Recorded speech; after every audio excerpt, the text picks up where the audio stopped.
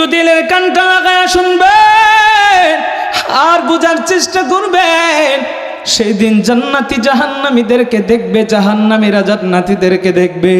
জাহান্নামীরা তো এমনি কষ্টের ভেতরে আছে, ওই জান্নাতীদেরকে দেখা দেখা তাদের চোখের পানিগুলো আরো বেড়ে যাইবে।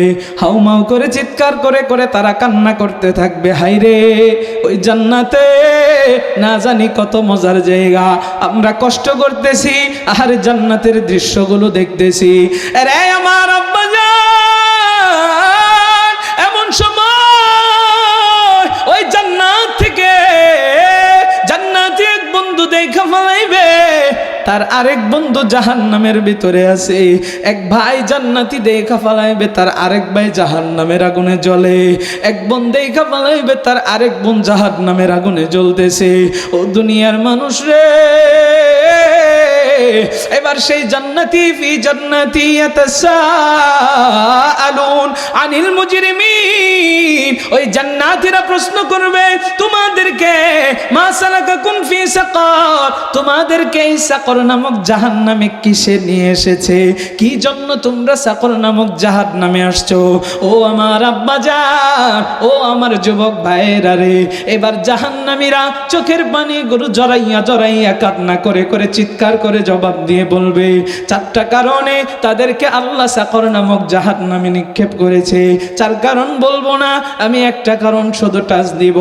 জাহান্নামীরা এবার জবাব দিয়ে জানা দেয়, ক্বালু লাম নাকু মিনাল মুসাল্লিন।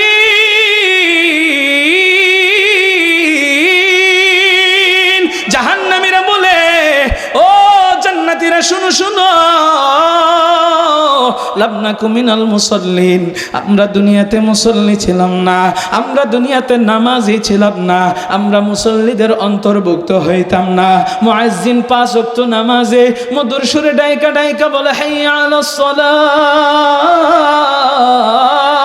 হাইয়া আলাল ফালাহ, কান দিয়ে আওয়াজ ঢুকছে ঠিক, কিন্তু মুয়াজ্জিনের মধুর সুরের আজানের ডাকে সারা দিয়া মসজিদে যাই নাই, আমরা বাঁকা পথ ধইরা চলে গেছি। দেখবেন দুই বন্ধু, এক বন্ধু আরেক বন্ধুরে কয় চল নামাজে যায়, ওই বন্ধু বলে তুই যা, আমি এখন যাবো না, দোকানে বসি, তুই নামাজ পড়া আয়। এরকম বলে কি বলে না? আবার অনেকেই বলে চলো নামাজে যায়, বলে আমার কাপড়টা নাপাক। এই সমস্ত মানুষদেরকে আমি বলি, কাপড় নাপাক থাকলে আল্লাহ মাসের ভিতরে কিছু নির্দিষ্ট সময় মহিলাদেরকে নাপাক বানায় রাখে। দুনিয়ার মানুষ, এটা আল্লাহর নিয়ম, এই নিয়মের উপরে কারো হাত নাই। আপনার কাপড় কেন নাপাক থাকবে? আপনি তো পুরুষ মানুষ, আপনি কি মহিলা নাকি?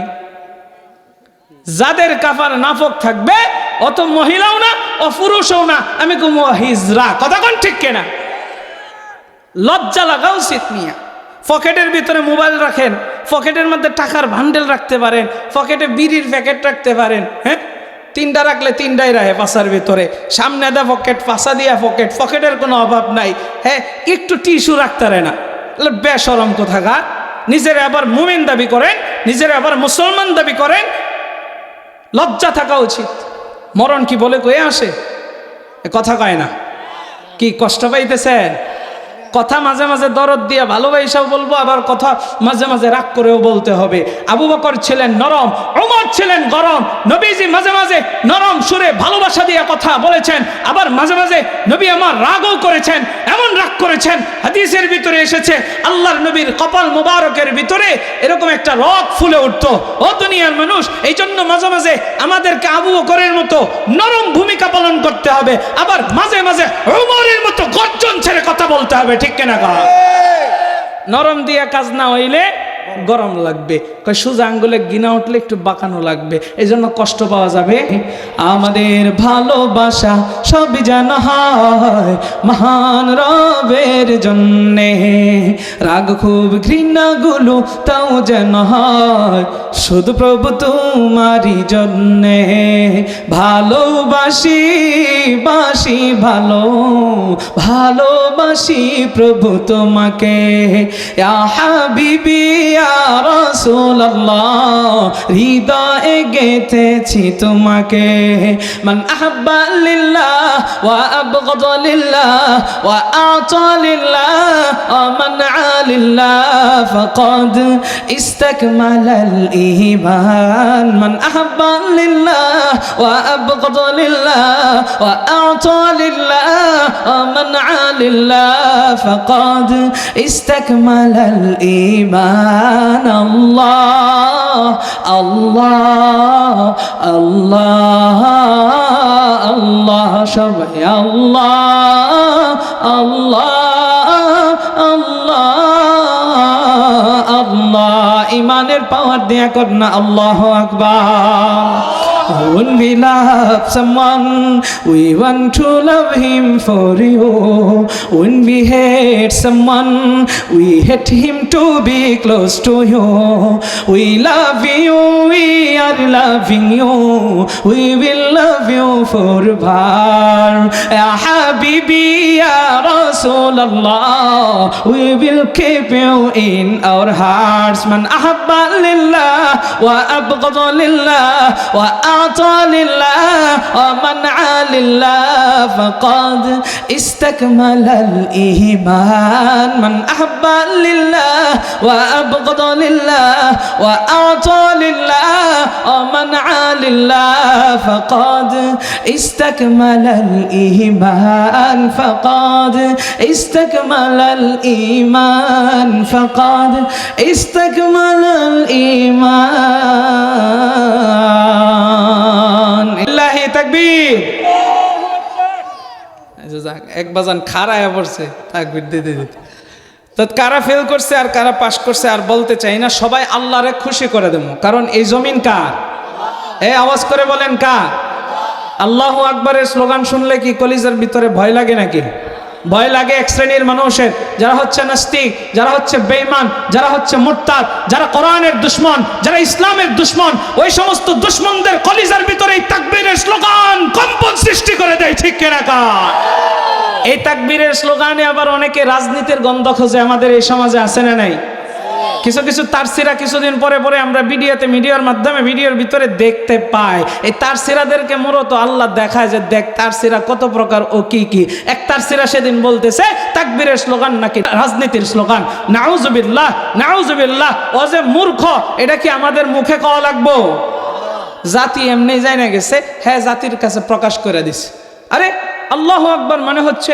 আল্লাহ তাআলার বরত্বের স্লোগান এটা আল্লাহ বড় আল্লাহর চাইতে বড় এই জমিনে কেউ আছে এই জমিনে কেউ আছে আল্লাহর চাইতে বড় কেউ নাই আল্লাহর বরত্বের স্লোগান যত দিবে নবী বলেন ঈমান তত বাড়বে আল্লাহর বরত্বের স্লোগান দিয়েই তো কাফেরদের সাথে আমাদের সাহাবীরা জিহাদ করে করে বিজয় লাভ করেছেন মুমিনরাও তাকবীরের স্লোগান মুখের ভিতরে যত উচ্চ সুরে উচ্চ আওয়াজে উঠাইতে পারবে ততই বাতিল পন্থীরা লেজ গুটিয়ে মুমিনদের সামনে থেকে পালায়া যাইতে বাধ্য হবে ঠিক কিনা কা সুতরাং আমাদের এই তাকবীরের স্লোগানকে সব যদি নিভাও যায় এই স্লোগানকে কোনোদিন নিভায়েন না ইনশাআল্লাহ আল্লাহ আমাদের এই স্লোগানকে কবুল করুক জোরে কোন আমিন তাহলে সম্মানিত হাজিরিন যে প্রশ্ন করছিলাম আপনাদের আওয়াজ যেহেতু আছে আমারে কিছুক্ষণ যদি আপনারা আওয়াজ দিয়া একটু জ্বালায়া রাখতে পারেন তাইলে আমি কিছুক্ষণ জ্বলে থাকবো আর যদি আপনারা পুতায়া যান আমিও পুতায়া যাবো আখেরি মোনাজাত করে দেব বলেন আমরা জান্নাতি হতে চাই নাকি জাহান্নামী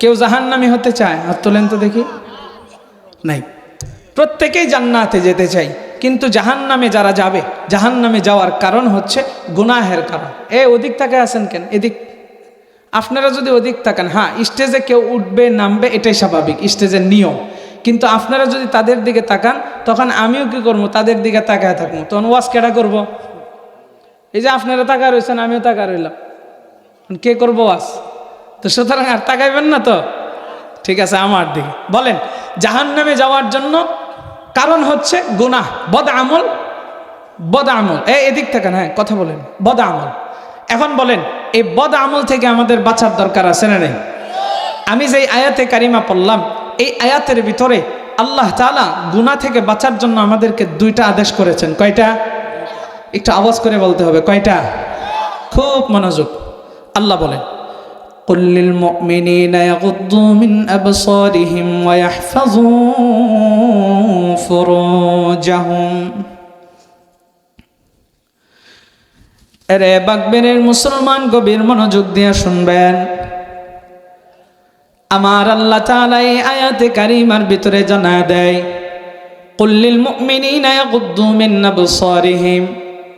আরে দুনিয়ার মানুষ রে, আমার আল্লাহ তাআলা জানায়, ও নবী আপনি মুমিন পুরুষদেরকে জানায় দেন তারা যেন তাদের দৃষ্টিকে সংযত রাখে, দৃষ্টির হেফাজত করে।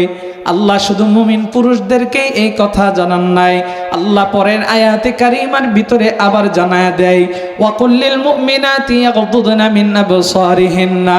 আমার আপনার নবী সরকারে দো আলম নবীকে আল্লাহ ডাইকা ডাইকা জানায়, নবী হে আপনি মুমিনা নারীদেরকেও জানায় দেন তারাও যেন তাদের দৃষ্টিকে সংযত রাখে। ও আমার পর্দার অন্তরালের মা,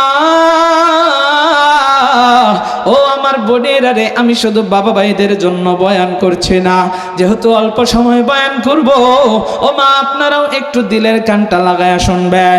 আরে দুনিয়ার মানুষ রে, আমার আল্লাহ মুমিন পুরুষদেরকে এবং মুমিনা নারীদেরকে উভয়কে আল্লাহ তাআলা জানায় যেন দৃষ্টি সংযত রাখে। ও দুনিয়ার মানুষ, এই দৃষ্টি কেন সংযত রাখবেন? কারণ হচ্ছে আপনি আমি যত গুনাহ করি না কেন, প্রত্যেকটা গুনাহের মূলের ভিতরে যেই তীরটা আছে, এই তীরটা হলো এই চোখ। এই চোখের মাধ্যমে গুনাহের সূচনা হয়। আর দুনিয়ার মানুষ, আমি আপনাদেরকে সংক্ষেপে একটা উদাহরণ দিতে চাই। আপনি আমি রাস্তা দিয়ে হাইটা হাইটা যাইতেছি, এমন সময় দেখি একটা নারী রাস্তা দিয়ে হাইটা হাইটা যাইতেছে। এই চোখ দিয়া প্রথমে তারে দেখলাম, এবার অন্তরে অন্তরে তারে নিয়ে কল্পনা শুরু করলাম, বড় ভালো লাগা গেছে, মজা লাগা গেছে। ও দুনিয়ার মানুষ রে, আপনি চোখের জিনা করলেন, এবার আপনার নফসের জিনাটাও করলেন, সুন্দরীর পিছন পিছন ধরলেন, এই পাগুলোকে ব্যবহার কইরা হাইটা হাইটা গেলেন। ও দুনিয়ার মানুষ, আপনার পায়ের জিনাটাও আপনি সারলেন, এবার সুন্দরীর পিছনে যাইয়া ডাক দিলেন, ও জরিনা, জরিনা আপনার কথা শুই না, আপনার দিকে ফিরে তাকাইছে। আপনি জরিনার যে আপনি ডাক দিলেন, মুখের জিনা করলেন। ও দুনিয়ার মানুষ রে, জরিনা এবার আপনার সাথে কথা বলল, আপনি তার কথা শুনলেন, কানের জিনা হইল। দুইজনের কথাবার্তার মাঝখানে আপনাদের প্রেমের একটা সম্পর্ক হয়ে গেল। ও দুনিয়ার মানুষ, এবার আপনি তার হাতটা একটু দইরা দেখতে চাইলেন, দেখি তোমার হাতটা কেমন। হাত ধরলেন, আপনার হাতের জিনাটাও সাইরা ফেললেন। এক পর্যায়ে শয়তান এমন ধোঁকা দেয়, আপনাকে আর জরিনাকে ঘরের ভিতরে নিয়ে যায়, পরিপূর্ণ জিনার কাজটা আপনি সাইরা ফালাইলেন। ও আব্বা জান, এবার আপনাদেরকে আমি জিজ্ঞাসা করতে চাই, এই যে এতগুলো গুনাহ করলেন, সমস্ত গুনাহের মূল সূচনা আপনার কিসের মাধ্যমে হয়েছে বলেন? এই তো আওয়াজ কমে গেছে, সবাই কন্যা জোরে। এই জন্যই তো নবী আমার জানায়, ইন্নান নাযরা সাহমুম মাসমুমুন মিন সিহামি ইবলিস। আল্লাহর নবী সরকারে দো আলম নবী বলেন, ইবলিসের যে সমস্ত ধোঁকা দেওয়ার বিষাক্ত তীর আছে, সেই তীর সমূহের ভিতরে একটা হলো এই চোখ। এই চোখের মাধ্যমে আমি আপনি গুনাহের সূচনা ঘটায়। দুনিয়ার মানুষ রে, এবার একটু জবাব দেয়া জানা দেন, আমাদের এই চোখের হেফাজত করার দরকার আছে না? চোখ দিয়া যুবকরাও গুনাহ করে, যুবতীরাও করে, এমনকি বুড়ারাও কিন্তু পিছায়া নাই, কথা কয় না। এই বুবা সাজা যাইব না, জোরে কোন ঠিক কিনা? কেমনে? আমি আপনাদেরকে একটু সংক্ষেপে ব্যাখ্যা জানাই। বলেন তো দেখি, যুবকদের উপরে পর্দা ফরজ, যুবতীদের উপরে ফরজ, আব্বাজানদের উপরে, আর যারা বুড়ি বৃদ্ধা মহিলা তাদের উপরে কি পর্দা ফরজ না? গ্রামের অনেক সহজ সরল মানুষ মনে করে মানুষ বুড়া হয়ে গেলে মনে হয় পর্দা পশিদা তাদের উপরে নাই। সম্মানিত হাজিরিন, আমাদের ঢাকা শহরের বুড়ারা খুব আগায় আছে। আমার বাড়ি তো হচ্ছে টঙ্গী চেরাগালি 52 নম্বর ওয়ার্ড, গার্মেন্টস ফ্যাক্টরির এলাকা। তো ওখানে দেখতে পাই একদিন মুরগি কিনতে, হঠাৎ করে তালেব ভাই আমারে বলে, হুজুর, আমি কি কই যে বারিন্দার মধ্যে তাকান। তাকাইলাম, তাকায় দেখি রাস্তার পাশে ঘর, তো বারান্দার ভিতরে এক মুরব্বী বসে রয়েছে। আমি বললাম কি কি হয়েছে? মুরব্বী বসে রয়েছে, অসুবিধা কি? হুজুর তার হাতে গিয়ে আমি কই পেপার। হুজুর দেখেন তো তার চোখগুলা কই। আমি ধর্মে ও পেপার পড়তেছে, দেখতেছি ওর চোখগুলা কই, এটা আপনার দেখার দরকার নেই। হুজুর প্রত্যেক দিন বিকালে এই মাগরিবের আগ মুহূর্তে যখন গার্মেন্টসটা ছুটি হয় ওই সময় সে বারান্দাত বয়। আমি বুঝলাম না, গার্মেন্টসে ছুটি হয় মহিলারা যে গার্মেন্টসে যা, এই বুইরা শয়তান ঘর থেকে বাইর হইয়া এই বারিন্দার মধ্যে আয়া পত্রিকা পড়ার বাহানা দইরা দেন ছায়া থায়া কই। আসলে ছায়া দেখলাম যে ছায়া রয়েছে ওদিকে। এরকম সমাজে মুরব্বী আছে না নাই? শুধু তাই নয়, গ্রামের মুরব্বীরা করে কি জানেন? রাস্তা দিয়া যাইতেছে, তার ছোটবেলার কোনো এক ভালো লাগার সাথীরে দেখা ফেলাইছে বহুদিন পরে, সেও তো বুড়ি হয়ে গেছে, রাস্তা দিয়া যাইতেছে, ডাক দে হে জরিনার মা। জরিনার মা তাকে কই বা আইসে, এবার কিরম আশ্বস্তরে কতদিন পরে দেখলাম, আতায় উতায় পর্যন্ত দিয়া লাগে। কথা কোন ঠিক কিনা? তাইলে বলেন, যুবক যুবতী এবং বুড়া বুড়ি সবার উপরে পর্দা ফরজ না কারোর জন্য মাফ আছে? মাফ আছে, সবার জন্য ফরজ। এই জন্য চোখ, এই চোখ হচ্ছে গুনাহের মূল। এ যুবকরা, খালি নামাজের বয়ান করলে চলতো না, এটিও লাগবো। অনেক যুবকরা গেছে হুজুর নামাজ যাতে মানুষে ধরে। নামাজের বয়ান অধিকাংশ আলেমরা করেন, নামাজ ধরেন না, আপনার ভিতরে আল্লাহর ভয় নাই, এই জন্য ধরেন। সম্মানিত হাজিরিন, যুবকরা যেহেতু বলছে, একটা কথা বলি, কিয়ামতের ময়দানে, কঠিন সেই হাসরের দিনে আল্লাহ একটা কনফারেন্সের ব্যবস্থা করবেন। তাফসীরের কিতাবের ভিতরে বড় চমৎকার করে এসেছে। সূরাতুল মুদ্দাসসিরের ভিতরে এই আয়াতগুলো এসেছে। আমি সংক্ষেপে, শুধু যেহেতু যুবকরা বলছে এই জন্য একটু টাচ দিয়ে আমি যাচ্ছি মূল আলোচনায়। এটাও মূল আলোচনা, একটু টাচ দিয়ে যাচ্ছি। কনফারেন্সে একদল জান্নাতি আরেক দল জাহান্নামী, আল্লাহ তাআলা মাঝখানের পর্দা সরায়া দিবেন। জান্নাতীরা জাহান্নামীকে দেখবে, জাহান্নামীরা জান্নাতীদেরকে দেখবে। জোরে কোন সুবহানাল্লাহ। সেই দিন প্রশ্ন করার ক্ষমতা দিবেন জান্নাতীদেরকে। আল্লাহ কোরআনে চমৎকার করে বলেন, ফি জান্নাতি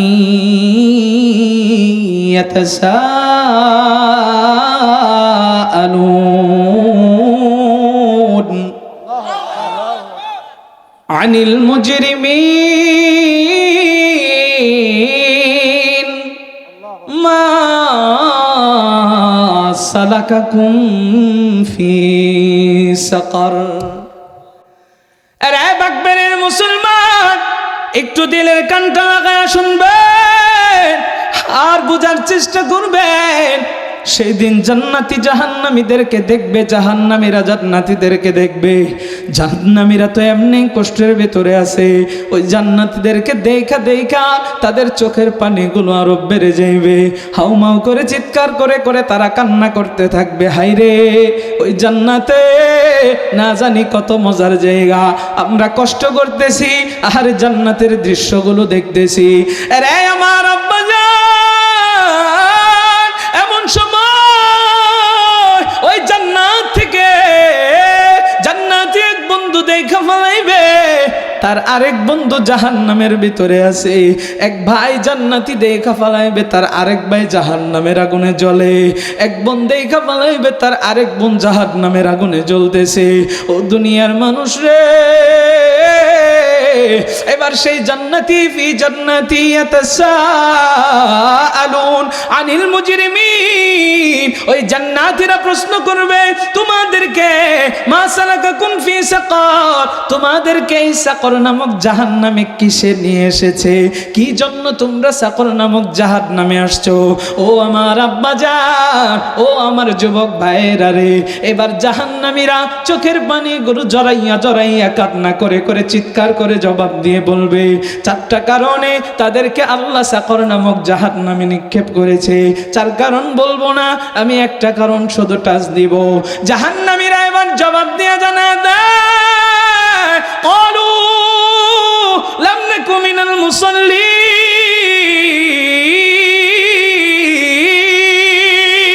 জাহান্নামীরা বলে, ও জান্নাতীরা শুনো শুনো, লাম নাকু মিনাল মুসাল্লিন, আমরা দুনিয়াতে মুসল্লি ছিলাম না, আমরা দুনিয়াতে নামাজি ছিলাম না, আমরা মুসল্লিদের অন্তর্ভুক্ত হইতাম না। মুয়াজ্জিন 5 ওয়াক্ত নামাজে মধুর সুরে ডাইকা ডাইকা বলে, হাইয়া আলাস সালাহ, হাইয়া আলাল ফালাহ, কান দিয়ে আওয়াজ ঢুকছে ঠিক, কিন্তু মুয়াজ্জিনের মধুর স্বরের আজানের ডাকে সারা দিয়া মসজিদে যাই নাই। আমরা বাঁকা পথ ধইরা চলে গেছি। দেখবেন দুই বন্ধু, এক বন্ধু আরেক বন্ধুরে কয় চল নামাজে যায়। ওই বন্ধু বলে তুই যা, আমি এখন যাবো না, দোকানে বসি, তুই নামাজ পড়া আয়। এরকম বলে কি বলে না? আবার অনেকেই বলে চলো নামাজে যায়, বলে আমার কাপড়টা নাপাক।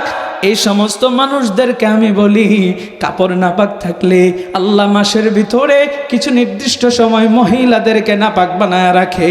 দুনিয়ার মানুষ, এটা আল্লাহর নিয়ম, এই নিয়মের উপরে কারো হাত নাই। আপনার কাপড় কেন নাপাক থাকবে? আপনি তো পুরুষ মানুষ, আপনি কি মহিলা নাকি? যাদের কাপড় নাপাক থাকবে অত মহিলাও না ও পুরুষও না, আমি কুমু হিজরা। কথা কোন ঠিক কিনা? লজ্জা লাগা উচিত নিয়া। পকেটের ভিতরে মোবাইল রাখেন, পকেটের মধ্যে টাকার বান্ডেল রাখতে পারেন, পকেটে বিড়ির প্যাকেট রাখতে পারেন। হ্যাঁ, তিনটা রাখলে তিনটাই রাখে পাশার ভিতরে, সামনে দা পকেট, পাশা দিয়া পকেট, পকেটের কোনো অভাব নাই। হ্যাঁ, একটু টিস্যু রাখতে পারে না, বেশরম কোথাকার। নিজের আবার মুমিন দাবি করেন, নিজের আবার মুসলমান দাবি করেন। লজ্জা থাকা উচিত। মরণ কি বলে কয়ে আসে? কথা কয় না। কি কষ্ট পাইতেছেন? কথা মাঝে মাঝে দরদ দিয়ে ভালোবাসাও বলবো, আবার কথা মাঝে মাঝে রাগ করেও বলতে হবে। আবু বকর ছিলেন নরম, ওমর ছিলেন গরম। নবীজি মাঝে মাঝে নরম সুরে ভালোবাসা দিয়ে কথা বলেছেন, আবার মাঝে মাঝে নবী আমার রাগও করেছেন। এমন রাগ করেছেন, হাদিসের ভিতরে এসেছে আল্লাহর নবীর কপাল মুবারকের ভিতরে এরকম একটা রগ ফুলে উঠতো। ও দুনিয়ার মানুষ, এই জন্য মাঝে মাঝে আমাদেরকে আবু বকরের মতো নরম ভূমিকা পালন করতে হবে, আবার মাঝে মাঝে ওমরের মতো গর্জন ছেড়ে কথা বলতে হবে। ঠিক কিনা? নরম দিয়া কাজ না হইলে গরম লাগবে, সোজা আঙ্গুলে গিনা উঠলে একটু বাঁকানো লাগবে, এই জন্য কষ্ট পাওয়া যাবে। সম্মানিত হাজিরিন, আমাদের সমাজে দেখবেন মসজিদের ভিতরে আমাদের ইমাম সাহেবরা যখন কোনো একটা বিষয় বয়ান করে, যদি একজনের বিরুদ্ধে চলে যায় তাইলে দেখবেন ও তার উপরে খেপা যায়। কেন? আপনি খেপেন কেন? আল্লাহ তো কোরআনটাকে নাজিল করেছেন ঔষধ স্বরূপ। ওয়ানুনাজ্জিলু মিনাল কুরআনি মা হুয়া শিফাউ ওয়া রাহমাতুল লিল মুমিনিন। আল্লাহ তাআলা বলেন, আমি কোরআনটাকে নাজিল করেছি রে মুমিন, তোদের জন্য ঔষধ স্বরূপ হিসেবে, রাহমাতুল লিল মুমিনিন, মুমিনদের জন্য রহমত স্বরূপ হিসেবে। এখন বলেন, আপনার শরীরের ভিতরে ঘা আছে, ঘা, এই ঘায়ের জন্য ডাক্তার আপনাকে মলম দিছে, আপনি কি মলম ঢিল্লা দিয়া ফেলায় দিবেন না লাগাইবেন? তা আপনার অন্তরে, নফসের ভিতরে, আপনার বিভিন্ন আমলের ভিতরে ত্রুটি আছে, কোরআন আল্লাহ দিয়েছেন শিফা, ওষুধ স্বরূপ হিসাবে। তা আপনার শরীরের ভিতরে ঘা আছে, কোরআন থেকে আপনাকে যখন ঔষধ দেওয়া হবে, সুন্নাহ থেকে, হাদিস থেকে যখন ঔষধ দেওয়া হবে, আপনি যদি এটাকে ফালায় দিতে চান তাহলে ও ঘা আরো বড় হতে থাকবে, বড় হতে হতে আপনি ধ্বংসের ধার প্রান্তে চলে যাবেন। এই জন্য বলা যাবে না আমার বিরুদ্ধে কেন কইল, বলা যাবে? সম্মানিত হাজিরিন, আমাদের সমাজে এটা একটা কালচার হয়ে গেছে। কারো সাথে পারে না বেচারা, ইমামের সাথে আয়া ঠিকই খুব বগর বগর করে, বউয়ের সাথে পারে না, বউয়ের মার খায় সকাল বিকাল, বউয়ের জুতার বাড়ি খায়, মসজিদে ইমামের সাথে আয়া মাতবরি করে। এরকম লোক আছে না নাই? অথচ সূরা কেরাত বোম মারলেও বের হয় না। আবার কতগুলো ওই যে মুত্তা পানি লয় না, আবার কতগুলো সূরা কেরাত পড়ে না, নামাজ কালামও পড়ে না, ঠিকই আয়া মাতবরি করার জন্য মসজিদে ইমাম আর মুয়াজ্জিনের সাথে সব সময় লাইগাই থাকে। এরকম লোক আছে না নাই?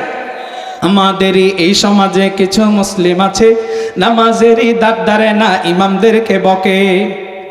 কথা কয় না, কথা কয় না, জোরে কান। আমাদেরই এই সমাজে কিছু মুসলিম আছে, নামাজেরই দাঁত দাঁড়ে না, ইমামদেরকে বকে। আলহামদু পড়তে গেলে দাঁত ভেঙে পড়ে, আলহামদু পড়তে গেলে দাঁত ভেঙে পড়ে, সূরার কথা জিজ্ঞেস করলে হুকুর হুকুর কাশে। ঠিক কিনা কান? সূরার কথা জিজ্ঞেস করবেন, পারে না, কাশি দিয়ে হুজুর সম্ভব না, আমি কয়দিন পরে কমনে শিক্ষা লই।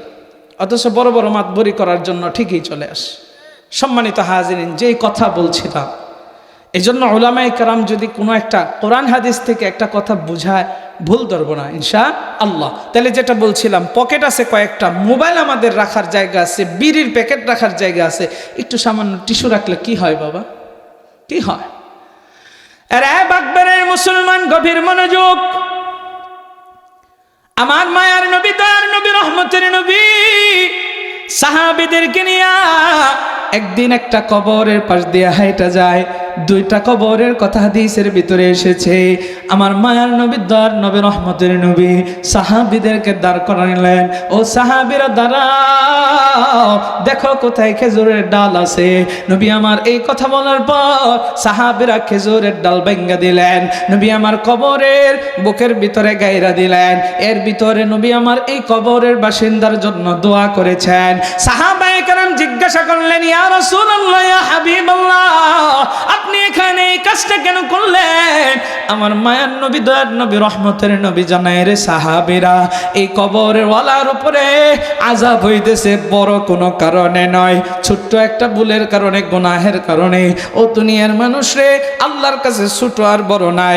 আমরা বোঝানোর জন্য সগীরা কবিরা গুনাহের কথা বলি। ছোট্ট একটা গুনাহের কারণে কবরে আযাব হইতেছে বলে কি কারণ? সেটা হচ্ছে এই ব্যক্তিটা দুনিয়ার ভিতরে প্রস্রাবের ছিটা থেকে বাইসা থাকতো না, এই জন্য আল্লাহ তার কবরের ভিতরে আযাব দিতেছে। জোরে কোন নাউযুবিল্লাহ। ছোট্ট একটা কারণ, আমরা প্রস্রাবের ছিটা থেকে বাইসা থাকি না অনেকে, অর্থাৎ টিস্যু ব্যবহার করি না, ঢিলা কলপ ব্যবহার করি না।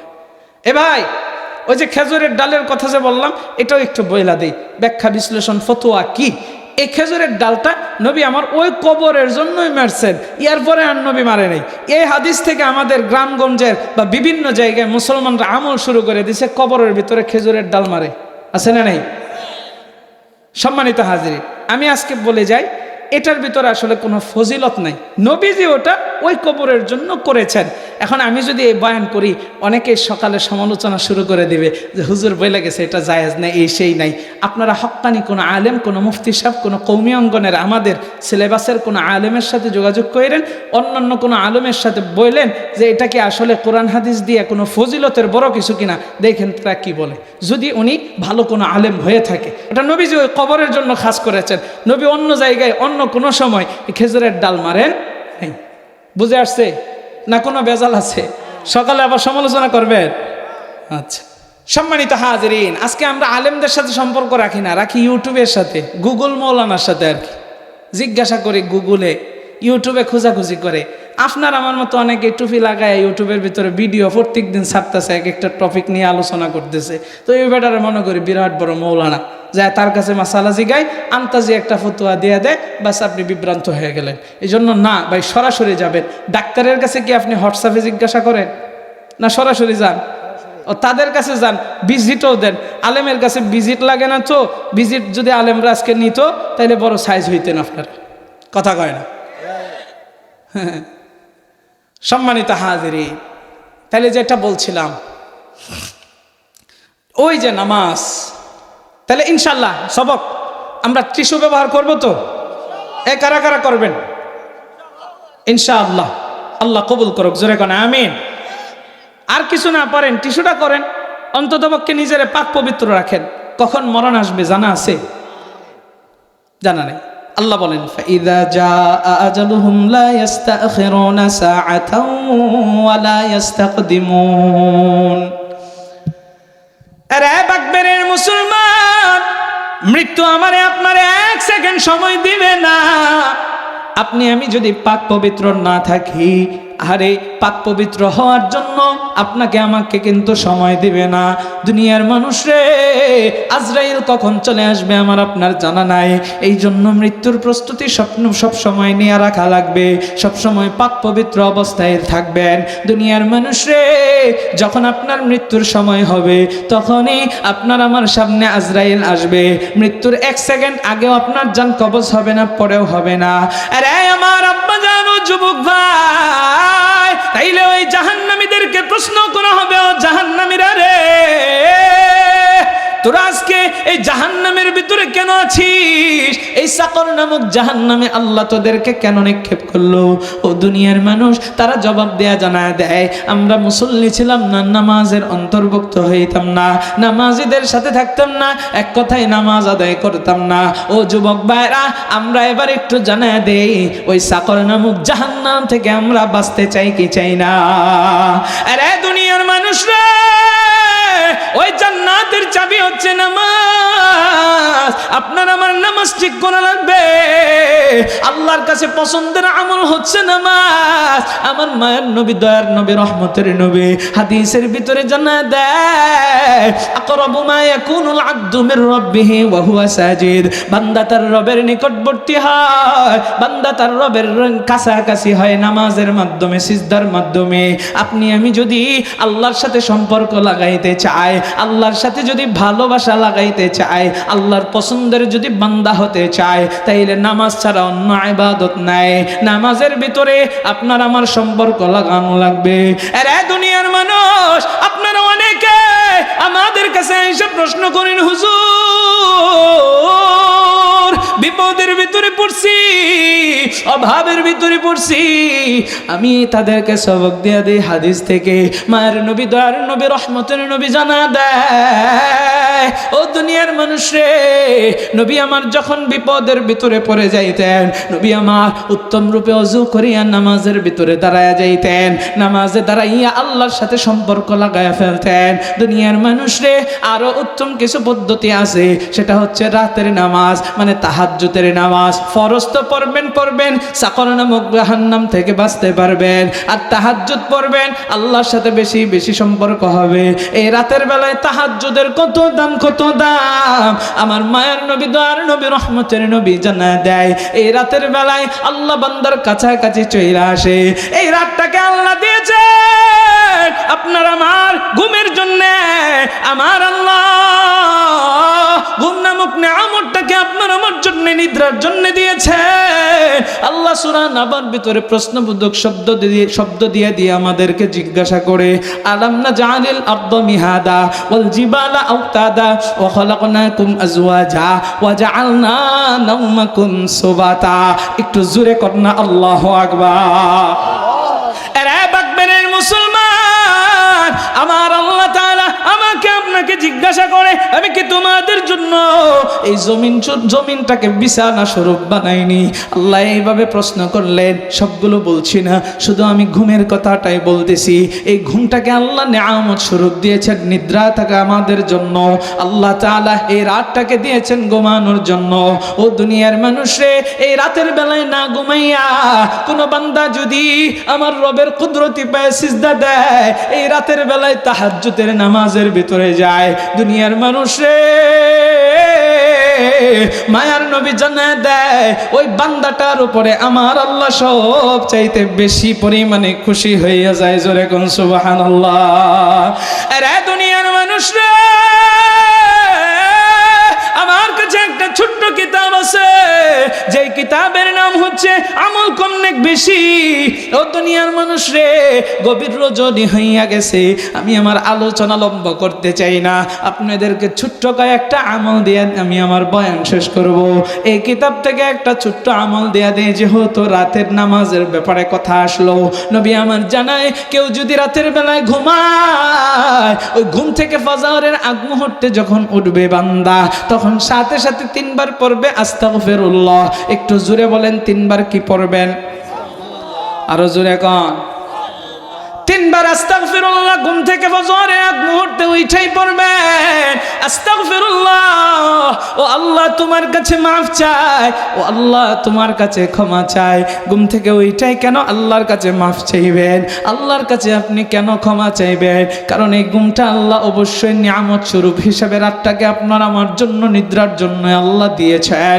এই রাতের বেলায় উচিত ছিল ওই যে আল্লাহ আপনার আমার কাছাকাছি আইসা দেখে, কোন বান্দা না ঘুমাইয়া আমি আল্লাহকে ডাকে, ওটাকে আল্লাহ তাআলা ওই বান্দাকে বেশি বেশি পছন্দ করেন।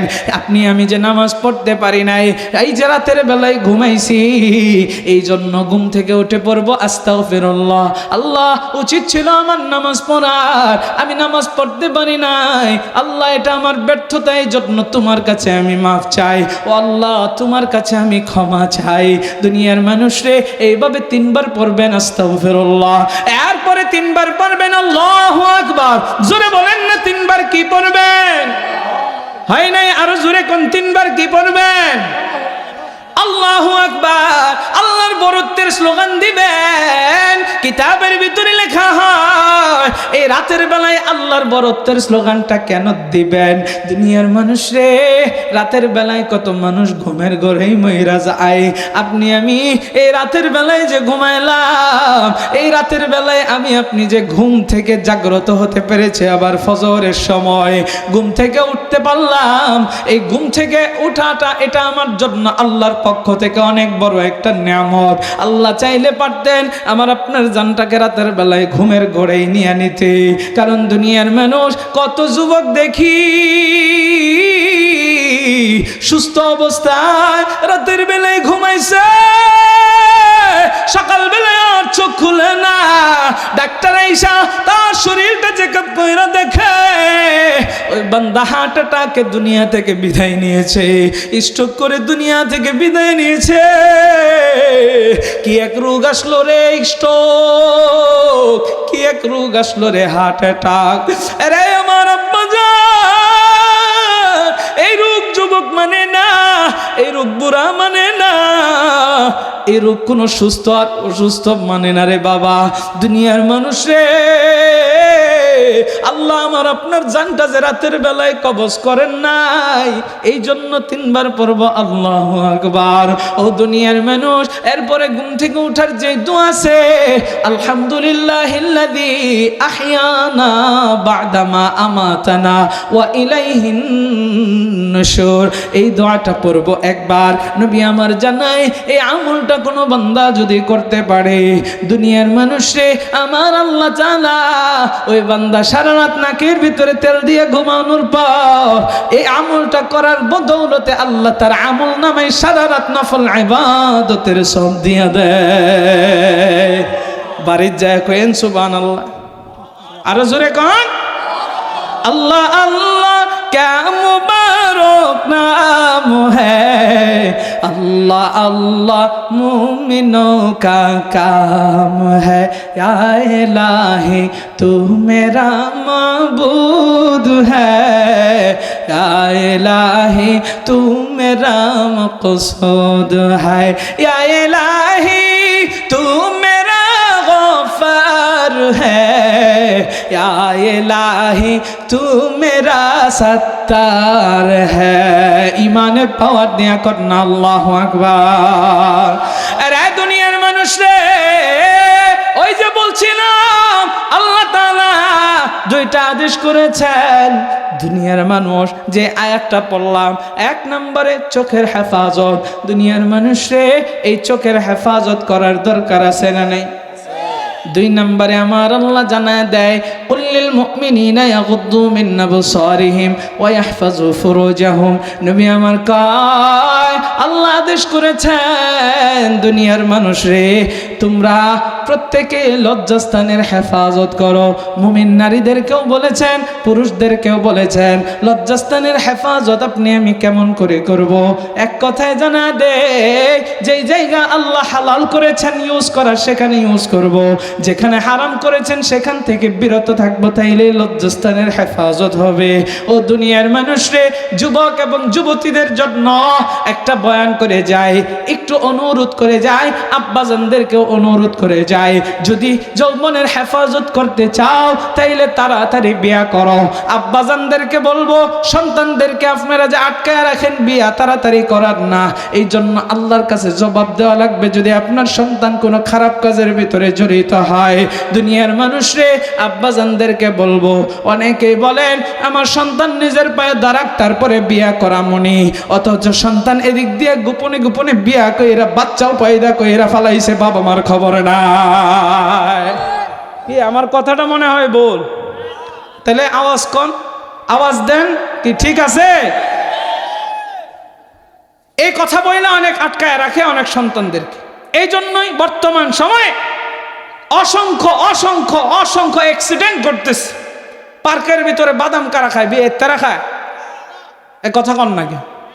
এই যে বিভিন্ন সময় বিভিন্ন জায়গার ভিতরে ছেলে মেয়ে ধরা খায়, বিভিন্ন খারাপ কাজের ভিতরে জড়িত হয়ে যায়। অধিকাংশ বিবাহিত ছেলেরা, অধিকাংশ কলেজের মেয়েরা আজকে দেহ ব্যবসা করতেছে। এমনকি বিভিন্ন শ্রেণীর বিভিন্ন ইসলামিক ধর্মীয় শিক্ষা করে এরকম মাদ্রাসা টাইপের আলিয়া হোক কৌমি হোক অনেক মেয়েরা নষ্টামির ভিতরে জড়ায় যাইতেছে। শুধু স্কুল কলেজে দোষ দিলে চলবে না, যেটা বাস্তব সেটা বলতে হবে। ঢাকা শহরের ভিতরে এরকম অহরহ করতেছে। সমাজের ভিতরে শুধুমাত্র এই যে টিকটক বলেন, ফেসবুক বলেন, এই সমস্ত নোংরামি আসছে। মা বাবা তাদেরকে ছাড় দিছে, ছাড় দিয়ে এমন চূড়ান্ত পর্যায়ের আবার এদিক দিয়ে বিয়ে শাদী দ্রুত দেয় না, কয় যে আরো বড় হোক, এখনো বয়স হয় নাই, এদিক দিয়ে আকাম কুকাম সব গটায় ফেলাইতেছে। সম্মানিত হাজরিন, শুধু তাই নয়, আরো কিছু কথা বলি। সমাজ সংস্কারক, হ্যাঁ সমাজ সংস্কারক এই বিষয়গুলো বলতে হবে। এই সমাজে আমাদের সমাজ ব্যবস্থা, রাষ্ট্র 18 বছরের নিচে ছেলে মেয়েরা যদি আকাম কুকামের ভিতরে জড়ায় তাইলে ওটা কোনো সমস্যা নাই, কিন্তু 18 বছরের নিচে কোনো মেয়েকে যদি কেউ বিয়ে দিতে চায় তাইলে ওই মেয়ের বাবাকে গ্রেফতার পর্যন্ত করে। কথা কোন ঠিক কিনা? সম্মানিত হাজিরিন, এই সমাজ ধ্বংস হবে না তো কোন সমাজ ধ্বংস হবে? হ্যাঁ, তবে আমার একটা প্রশ্ন আছে এখানে। এই যে 18 বছরের নিচে আপনার কন্যাকে আপনি বিয়ে দিচ্ছেন, আপনি ইসলামী শরিয়া আইন অনুযায়ী বিয়ে দিতেছেন, সব কিছু অনুযায়ী দিতেছেন। তবে একটা কথা হলো, রাষ্ট্র যদি ইসলামী শরিয়ার বিরুদ্ধে কোনো আইন পাশ করে, রাষ্ট্র যদি ইসলামের বিপক্ষে যায় কোনো আইন পাশ করে, তাইলে মুমিন মুসলমানের এটা জায়েজ নেই রাষ্ট্রের এই আইনকে মানা। বরঞ্চ রাষ্ট্র যদি আমার ইসলামের বিরুদ্ধে যায় তাইলে ওই রাষ্ট্রে যে নিয়ম করেছে তার বিরুদ্ধে আমরা অবস্থান নিব। কথা কোন ঠিক কিনা? সেটা যেই সরকারই হোক। সম্মানিত হাজিরিন, যেটা বলছি, এই যে 18 বছরের নিচে মেয়েদেরকে বিয়ে দিচ্ছে, এই এলাকায় ধরেন বাগবেরে থানা কোথায়? কথা কন না, কোথায়? নাইলতাবাড়ি থানার পুলিশ কিনা বই রয়েছে। কথা কন। তাহলে এখান থেকে কে পুলিশকে খবরটা দিছে? সূত্র না রে ভাই, সে হচ্ছে লেবাসদারি মুনাফিক, সে হচ্ছে হারামখোর, সে হারামখোর লেবাসদারি মুনাফিক। কেমনে আপনার আমার মতো মাথার ভিতরে টুপি, মুখের ভিতরে দাড়ি, তার গায়ের ভিতরেও জামা আছে, আপনার আমার সাথে নামাজের ভিতরে যায়, আপনার আমার সাথে ঘুরে চলাফেরা করে, এই হারামখোরে গোপনে পুলিশের কাছে খবর দিছে কিছু টাকা আপনার কাছ থেকে খাওয়ার জন্য, হয়রানি করানোর জন্য। ঠিক কিনা? এই সমস্ত মুনাফিক সমাজের ভিতরে আছে না নেই? আরেকটা কথা মনে পড়ছে, বাংলাদেশ জানি কত % মুসলমানের দেশ? জোরে কন। 92%। তাইলে ধরেন 8% বিধর্মী এই দেশের ভিতরে বসবাস করে, অসুবিধা নাই, থাকো। 92% মুসলমানের দেশে ইসলামী শরিয়া ব্যবস্থা আইন কি এই দেশে চালু হয়েছে? আরো জোরে কন। হয় নাই। আমাদেরকে ইসলামী খেলাফত ব্যবস্থা চালু করার জন্য আমাদের বয়ান কেন করা লাগবে? আপনাদের কেন প্রতিবাদ মিছিল মিটিং করা লাগবে? এটা আমার কখনোই বুঝে আসতো না, কিন্তু আমি দেখলাম, আমার নিজের চিন্তা থেকে বুঝলাম, এই দেশের ভিতরে আসলে 92% মুসলমান তো নাই, এই দেশের ঘরের কোনায় কোনায় কোনায় কোনায় মুসলমান নামের লেবাসদারি মুনাফিকরা বসে আছে। ঠিক কিনা? এই সমস্ত মুনাফিকদের কারণে ইসলামের বিভিন্ন জায়গার ভিতরে ইসলামী বিধিবিধান সহ ইসলামিক ব্যক্তিত্বরা বিভিন্ন জায়গার ভিতরে লাঞ্ছিত হচ্ছে, অপমানিত হচ্ছে। এই জন্য নবীজি বলেন, আল মুনাফিকুনা আশাদ্দু খাত্তা মিনাল কাফিরিন, মুনাফিকরা হচ্ছে কাফেরের চাইতেও ভয়ঙ্কর। একটা কথা যদি কোরআন হাদিসের বাইরে যায় আমার জিহ্বা টেনে ধরবেন। নবীজি বলেন, আল মুনাফিকুনা আশাদ্দু খাত্তা মিনাল কাফিরিন, মুনাফিক কাফেরের চাইতে ভয়ঙ্কর। কেমনে? নবী কয়, কাফেররা আমার যতটুকু না ক্ষতি করছে মুনাফিকরা তার চাইতে বেশি করছে। বলে কেন? কাফেররা হচ্ছে বাহিরের শত্রু, মুনাফিক এটা হচ্ছে ঘরের শত্রু। বাহিরের শত্রুর চাইতে ঘরের শত্রু বেশি ভয়ঙ্কর। আপনি বাহিরের ভয়ে ঘরের ভিতরে অবস্থান নিতে পারবেন দিনের পর দিন, মাসের পর মাস, কিন্তু শত্রু যদি ঘরেরই হয় আপনি যাবেন কোথায়? ঘুমের ঘরে আপনারা জবাই কইরা ফেলবে। কথা কোন ঠিক কিনা? এই জন্য ঘরের শত্রু বড় শত্রু। 8% বিধর্মী, তারা আমাদের নারীদেরকে নিয়ে এত ষড়যন্ত্র করে। এই যে কি বলে, রয়ের এজেন্ডা বাস্তবায়ন করার জন্য বাংলাদেশের ভিতরে একটা এই হিন্দুদের উগ্রবাদী সংগঠন আছে ইসকন, আপনারা তো এগুলো সব জানেন। আমি একটা কথা বলে যাই, এই ইসকন নামক সংগঠন এরা যে এখন টার্গেটের ভিতরে নামছে ভারতের রয়ের এজেন্ডা বাস্তবায়ন করার জন্য, এখন তাদের টার্গেট হলো নারীদেরকে ধরে ধরে ধর্ষণ করবে, যারা মুসলিম হিজাবি নারী আছে তাদেরকে ধরে ধরে ধর্ষণ করবে, পেটের ভিতরে অবৈধ সন্তান দিবে। জোরে কোন নাউজুবিল্লাহ। এই ব্যাপারে আমাদের সতর্ক থাকতে হবে। সন্তানরা কি করে, কোথায় যায়, তাদের সাথে বন্ধুসুলভ আচরণ করা লাগবে। বাপ মাদেরকে বলবো সন্তানদের সাথে বন্ধুসুলভ আচরণ করবেন, তাহলে শাসনও করতে পারবেন। আবার বন্ধুত্বের খাতিরে সন্তান আপনারা সব কিছু বলবে, কোনটা ভালো মন্দ আপনি বুঝাইতে পারবেন। সবসময় ধমকায়েন না বাবা, সবসময় ঠেলাঠেলি কইরেন না, তাহলে সন্তান আপনার দেখে ভয় পাবে, কিচ্ছু আপনাকে বলবে না, অবহেলা লাইনে চলে যাবে।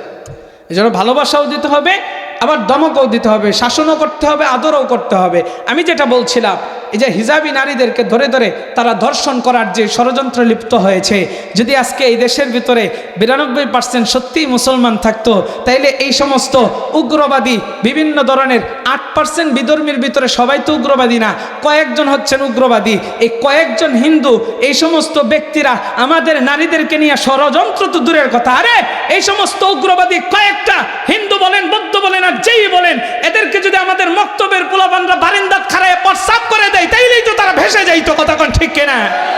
এরা আবার ষড়যন্ত্র করবে কেন জানেন? কারণ হচ্ছে এই দেশে 92% নাই, ঘরের কোনায় কোনায় মুনাফেক দ্বারা ভরপুর হয়ে আছে। এই জন্য এই হারামখোরেরা এলাকার গান বন্ধ করতে পারে না, বাউলদেরকে আসা বাধা দিতে পারে না। যেই বাউলরা আল্লাহকে নিয়ে কটূক্তি করে, নবীকে নিয়ে কটূক্তি করে, আরে এই বাউলরা এই গানের ভিতরে, গানের মঞ্চে দাঁড়াইয়া বিভিন্ন খারাপ গান বলবে। আচ্ছা তোরা গান বল, জাহান্নামে যা, অসুবিধা নাই, কিন্তু তোরা কোরআন হাদিসের অপব্যাখ্যা করবি, এই দুঃসাহস তোদের কোথায়? ও যখন আবুল সরকারের মতো বাউলরা, শুধু আবুল সরকার নয়, অসংখ্য বাউল আছে দাঁড়ায় দাঁড়ায় কোরআন হাদিসের অপব্যাখ্যা করে। আপনারা ইউটিউব ঘাটলে দেখবেন, ফেসবুক ঘাটলে দেখবেন, ওরা যে অপব্যাখ্যা করে, ওদের সামনে যদি সত্যি মুমিন মুসলমান একটাও থাকতো, তাইলে তারে জুতা দিয়ে বাইরে ওখানেই শেষ করে ফেলতো। ঠিক কেনা করা এ হারাম করে যে বলছে, আমার তো মুখে আনতেও বাধা, এটা আমি পারি না। এই যে আজকে 2-3 দিন যাবত ওয়াজ মাহফিলে প্রতিবাদ করতেছি, আমার মুখে এটা এখন পর্যন্ত আসে নাই, পারি না আমি। আল্লাহ সম্পর্কে কেমনে কয় এই কথা? এই যে আল্লাহ সম্পর্কে কইছে, আপনাদের মতো মানুষরাই তো ওখানে ছিল, কথা বুঝি, আপনাদের মতোই তো, আপনার আমার মতো কিছু মানুষ তো ওখানে ছিল। সব কি সবগুলার ভিতরে কি মানে এত নেফাকি ঢুকে গেল? যখন আল্লাহ সম্পর্কে হারাম করে এই কথা বলছে, ওখানে কি যুবক ছিল না রে? হ্যাঁ, যদি ঈমান থাকতো রে, যদি সত্যিই প্রকৃত মুসলমান থাকতো, ধরেন 100 মানুষের ভিতরে 10টা হইলেও তো দাঁড়াইয়া জুতাটা নিয়ে তারে দইরা সাফার ভিতরে বাইরিয়া তার দাঁতগুলা ফেলে দিত। কথা কোন ঠিক কিনা? হ্যাঁ, এই সমাজের ভিতরে আজকে নাই। সমাজের ভিতরে আজকে মুমিনরা পারে না বাবা। এই জন্য নেফাকি দূর করতে হবে, মুমিনদেরকে জেগে উঠতে হবে। এই যুব সমাজকে বলি, যারা আমার সাথে সাক্ষাৎ করেছো, অনেকেই করতে পারো নাই, আমাকে মহব্বত করো, ভালোবাসো আল্লাহর জন্য। আমি তোমাদেরকে আহ্বান করব, যুবকরা জেগে ওঠো, সমাজের ভিতরে ঐক্যবদ্ধতা তৈরি করো, ঐক্যবদ্ধভাবে সমাজের ভিতরে চলো। দেখবা তোমারে দেখা কোনো ইফতিজার যদি তোমারে দেখে, 10-15 জন একসাথে সবসময় ঐক্যবদ্ধ থাকো, তাইলে ইফতিজার দেখা তোমারে লেজ গুটায় পালায়ে যেতে বাধ্য হবে। যদি কোনো বিধর্মী উল্টাপাল্টা করার চেষ্টা করে, তোমাদেরকে ঐক্যবদ্ধ দেখলে ভয় পায় পালায় যাওয়ার চেষ্টা করবে। কোন চেয়ারম্যান, কোন মেম্বার যদি দুর্নীতি করার, বাটপারি সিটারি করার চেষ্টা করে, যুবকরা যদি ঐক্যবদ্ধ থাকে, তাইলে ওই সমস্ত চেয়ারম্যান মেম্বাররা পর্যন্ত ভয়ে পালায় যেতে বাধ্য হবে। ঠিক কিনা কা? সমাজে আজকে বিচার ব্যবস্থা নাই। আমি গতকাল থেকে এই বয়ানটা ধরেছি, যে এই পয়েন্টটা যেটা এখন বলবো, সমাজে এখন বিচার ব্যবস্থা নাই। রাষ্ট্রে যেহেতু বিচার ঠিক নাই, কেউ মারা গেলে বিচার হয় না, কেউ কাউকে মারলে বিচার হয় না, কেউ চুরি করলে, বাটপারি করলে, সিটারি করলে যেহেতু বিচার হয় না, আমি বলি কি, সমাজে আগে যে একটা বিচার হইতো মাতবরের মাধ্যমে, এই বিচারটা আমাদের চালু করা দরকার। আগে হইতো না, বুঝলেন? গ্রাম্য সালিশ যেটাকে বলে, এই সালিশের ভিতরে রাখবেন 5-10 জন মুরব্বী সহ আলেমদেরকে সহ রাখবেন। আলেমদেরকে আমরা শুধু মসজিদের খাদেম মনে করি। ইমাম যে বলি, আমার এই জন্য হাসি লাগতো, আমি ইমামতি এই কারণে ছাইরা দিছি। আমার হাসি লাগতো কি জানেন? আমাদের সামনে যখন আইসা সভাপতি বক্তৃতা দিত, ইমাম উনি হচ্ছেন আমাদের নেতা, ইমাম মানে নেতা, এই কথা যখন বলতো আমার হাসি উঠতো। কেন জানেন? ইমাম নেতা তো কইতেছে, কিন্তু আমি নেতা ঠিকই, আমার পাওয়ার নাই। কি নাই? পাওয়ার নাই। তো মসজিদের মধ্যে ইমামতি করি, পাওয়ার না থাকলে আমার ইমামতির দাম কি? খালি নামাজ পড়মু আর হইয়া থাকমু, আর কয়টা টেহা আমারে দিব বড় দয়া কইরা আর কি। বুঝেন নাই কথাটা? ইমাম যেমন নেতা, নবীজি যেমন ইমাম ছিলেন, নেতা হয়েছেন। সম্মানিত হাজিরিন, সমাজের ইমামদেরকে নেতার চেয়ারে বসান, অরিজিনাল নেতা বসান। দুর্নীতি ঘুষখোর বাটপারদেরকে আজকে নেতা বানাইয়া আপনারা সমাজটাকে নষ্ট করেছেন। আপনি আমি ঠকতেছি, আমার আপনার মাথার ভিতরে কাঁঠাল ব্যাঙ্গা তারা চলতেছে, ঠিক কিনা কম? ইমামদেরকে বানান অরিজিনালি। যেটা বলতেছিলাম, সমাজে গ্রাম্য সালিশ আবার চালু করেন। এক ইমাম দিয়া চলে না, 5 জন ইমাম রাখেন, 5 এলাকার মাতবর রাখেন, রেখে একটা গ্রাম্য সালিশ শক্তিশালী করেন। গ্রামের বিচার থানায় যাবে না, এখানেই বিচার হবে। যে চুরি করছে কোরআনের আইন দিয়ে আপনি বিচার করেন। গ্রাম্য সালিশের উপরে বিচারক কথা বলতে পারবে বাইরের, তাই না? গ্রামের বিচার গ্রামে করবে, আপনি কোরআনের আইন চালু করেন গ্রামে গ্রামে। কি বলেন? এটা সম্ভব না? কিন্তু সম্ভব নাও হতে পারে। না হবে কাদের কারণে? ওই যে মুনাফিকদের কারণে। এই জন্য বলি, আল্লাহর নবীর একটা সুন্নত আছে, লাঠি হাতের ভিতরে রাখা। কি সুন্নত? লাঠি হাতে রাখা। কি? আরো জোরে কন। এই লাঠি যদি মুসলমানরা হাতে রাখে, তাইলে নবীর সুন্নতের এই ফজিলত কি, এটাও বলা দরকার। কারণ ফজিলত না বললে বুঝবেন না।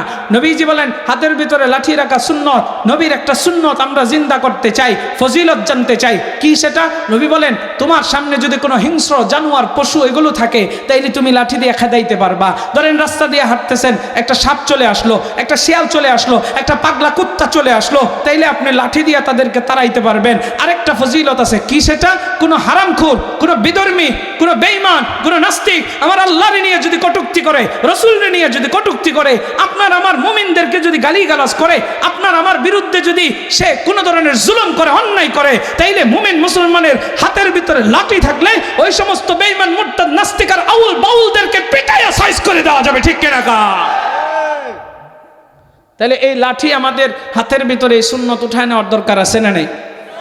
সাবধান। তবে এই সুন্নত যেন কারো উপরে কোনো জুলুম করে না। সম্মানিত হাজিরিন, নবীর সুন্নতের কথা বললাম, এটা কি কোনো উস্কানিমূলক বক্তব্য? কেউ যদি এটাকে উস্কানিমূলক বক্তব্য এই কথা বলতে চায়, ওর মাথার ভিতরে গোবর আছে। কি আছে? আরো জোরে কন। আমাদের অনেক আলেমরা দেখবেন এই সুন্নত প্রতিষ্ঠা করতেছে, আলহামদুলিল্লাহ। ময়মনসিংহের ওয়াসিক বিল্লাহ নুমানি হাতে লাঠি রাখে। আরো বিভিন্ন ধরনের বক্তারা আছে, আলেমরা আছে, হাতের ভিতরে লাঠি রাখে। শুধু মিম্বারে, মসজিদের ভিতরে খুতবার সময় হাতে লাঠি রাখা নয়, প্রত্যেকটা সময়। শুধু আলেমরা নয়, প্রত্যেকটা মানুষের হাতের ভিতরে সুন্নতি লাঠি রাখার দরকার আছে না নাই? আমরা কারা কারা এই আমল সহ আরো যেই কথাগুলো বললাম করতে পারবো? 2টা হাত তুলে আল্লাহরে দেখায় দিই। লিল্লাহি তাকবীর।